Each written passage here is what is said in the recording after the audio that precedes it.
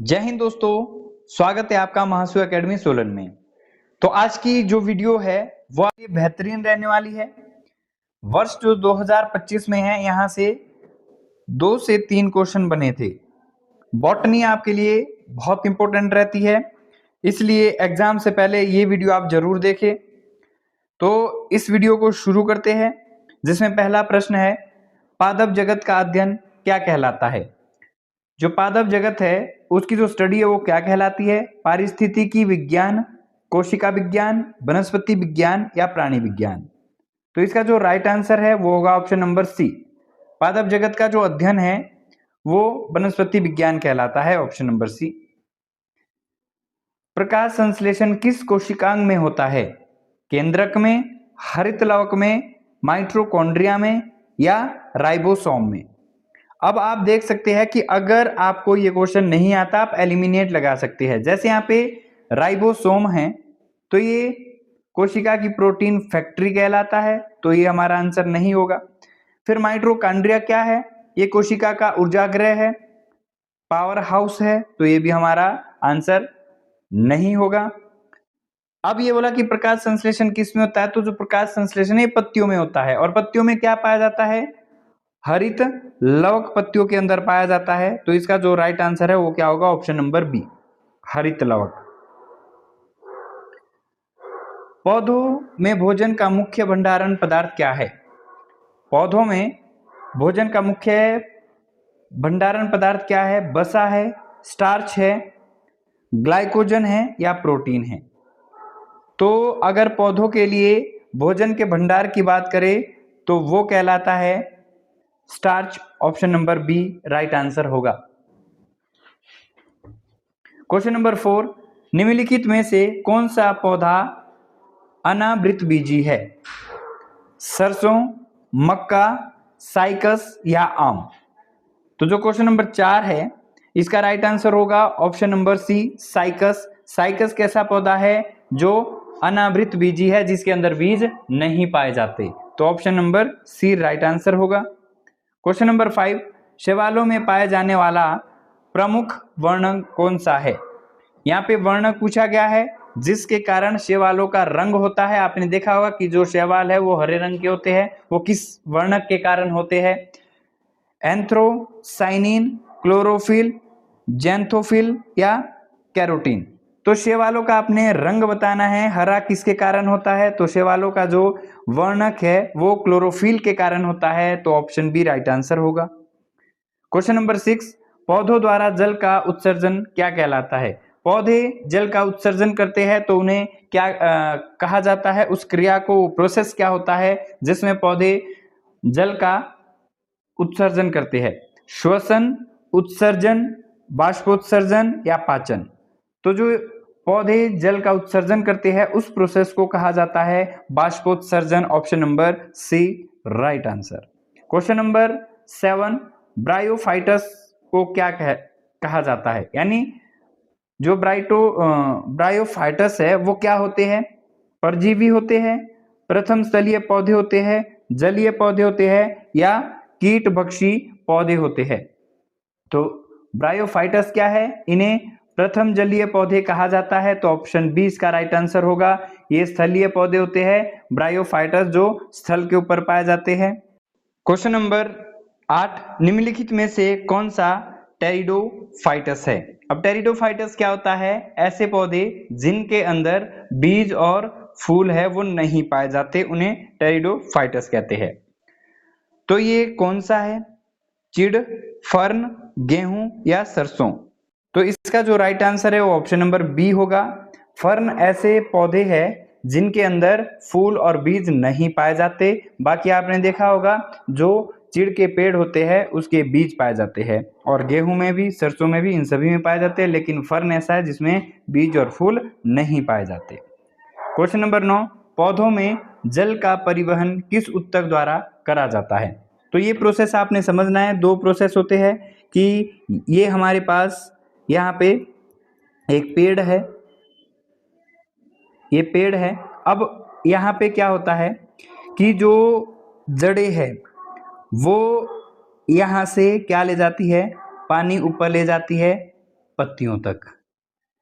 और पेड़ों को जो जल है वो क्यों चाहिए, जो पत्तियों में जल लगता है, यहाँ पे जब जड़ों से, यहाँ पे मैं कलर चेंज कर दूं, अब यहाँ से जो जड़ों से पानी ऊपर जा रहा है पत्तियों तक, पत्तियों तक। अब पत्तियां पानी का क्या करती है, यहाँ पे प्रकाश संश्लेषण प्रोसेस चलता है जिससे पत्तियां क्या करती है, पूरे पौधे के लिए भोजन बनाती है।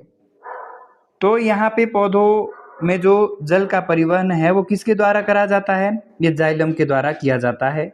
जाइलम, जाइलम क्या करता है कि जड़ों से पानी ऊपर ले जाता है और पत्तियों तक पहुंचाता है। अब पत्तियां क्या करती है, पत्तियां यहाँ पर भोजन बनाती है और जब ये पत्तियां भोजन बना लेती है तो फ्लोएम आता है और फ्लोएम क्या ले जाता है, जो यहाँ पे भोजन बना हुआ है इसको पौधों के विभिन्न भागों तक ले जाता है।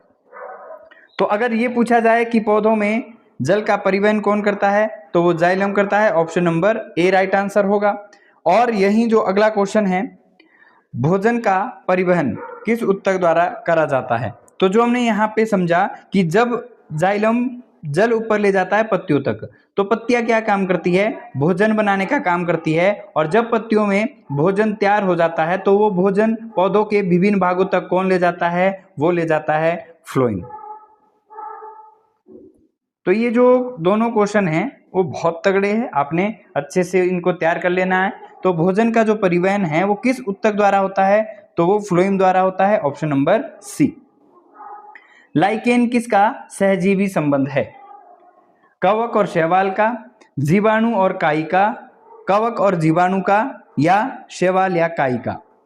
तो लाइकेन क्या होता है, ये एक ऐसा पदार्थ है जो हमें प्राप्त होता है किससे, पौधों से। ये पौधों की छाल से लाइकेन प्राप्त करा जाता है। तो कभी क्वेश्चन ये आता है कि लाइकेन किससे प्राप्त होता है, तो आप बताओगे कि जो लाइकेन है वो पेड़ों की छाल से प्राप्त होता है, लाइकेन। अब जो लाइकेन है वो सहजीवी किसका है, ये आपने बताना है।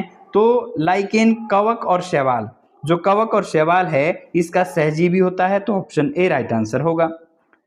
पौधों में गैसों का आदान प्रदान मुख्यतः किसके द्वारा करा जाता है, ये तो हमने पहले भी करा है, स्टोमेटा उसको कहा जाता है, लेकिन स्टोमेटा यहाँ पे ऑप्शन में नहीं है लिखा हुआ। लेकिन स्टोमेटा को हिंदी में क्या कहा जाता है वो जरूर यहाँ पे लिखा हुआ है। तो मैं आपको बता दूं कि ये हमारे पास पत्ती है। अब पत्ती के ऊपर छिद्र पाए जाते हैं जिनको क्या कहा जाता है, स्टोमेटा कहा जाता है, यानी रंध्र कहा जाता है। अब रंध्र क्या करता है, CO2 अपने लिए लेता है और जो हमारे लिए है वो O2 देता है।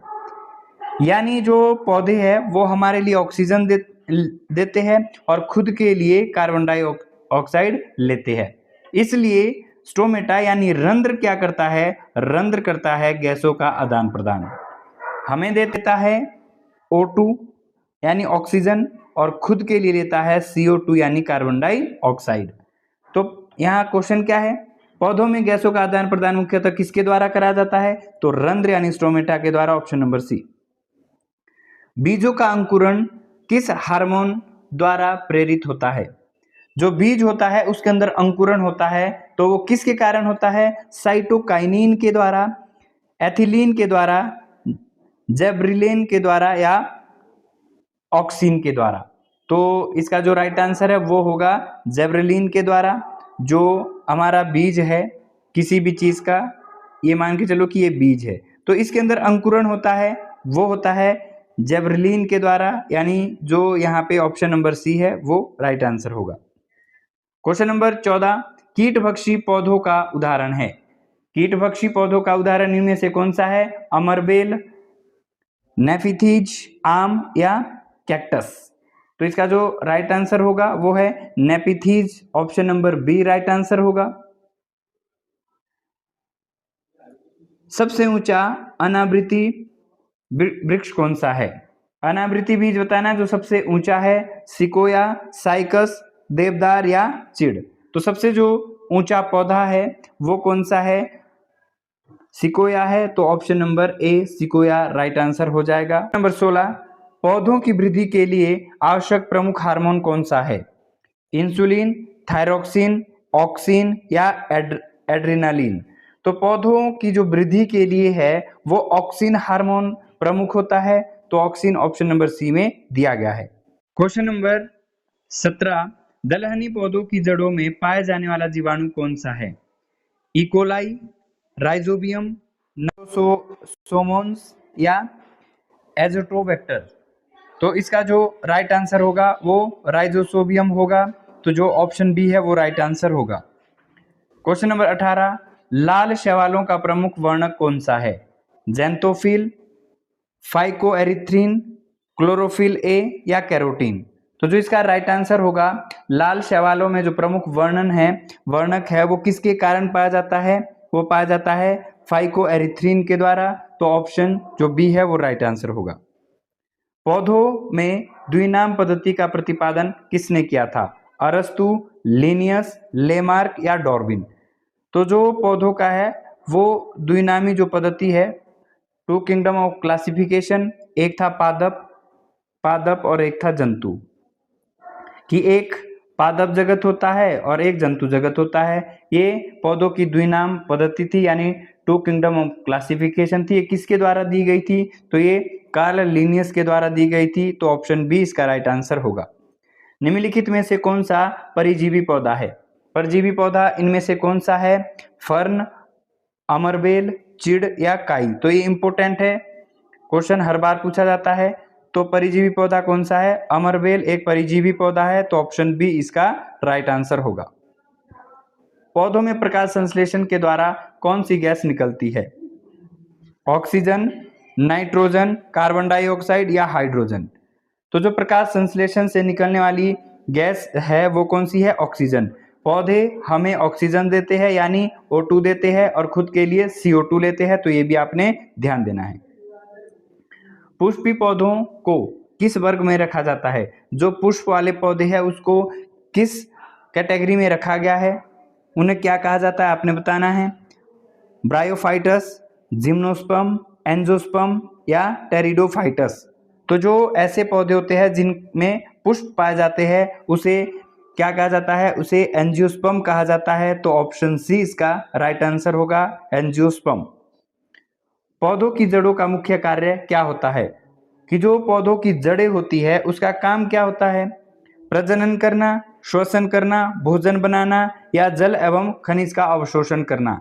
तो जो जड़ें है उसका काम होता है पौधों के अंदर जल एवं खनिज जो पदार्थ होते हैं उसका अवशोषण करना, तो ऑप्शन डी राइट आंसर होगा। क्वेश्चन नंबर 24, नारियल का फल किस प्रकार का होता है? जो नारियल है एक फल होता है नारियल, वो किस प्रकार का फल होता है? ड्रूम, फली, बेरी या कैप्सूल। तो जो एक नारियल है ये जो फल है इसे कहा जाता है ड्रूम, यानी ऑप्शन नंबर ए। वीडियो का अंतिम प्रश्न है, हरित लवक में पाए जाने वाला हरा वर्णक कौन सा है? जो हरित लवक है जिसके कारण पत्तियों का रंग हरा होता है, इनमें से वो कौन सा है? कैरोटीन, क्लोरोफिल, मेलानिन या हीमोग्लोबिन।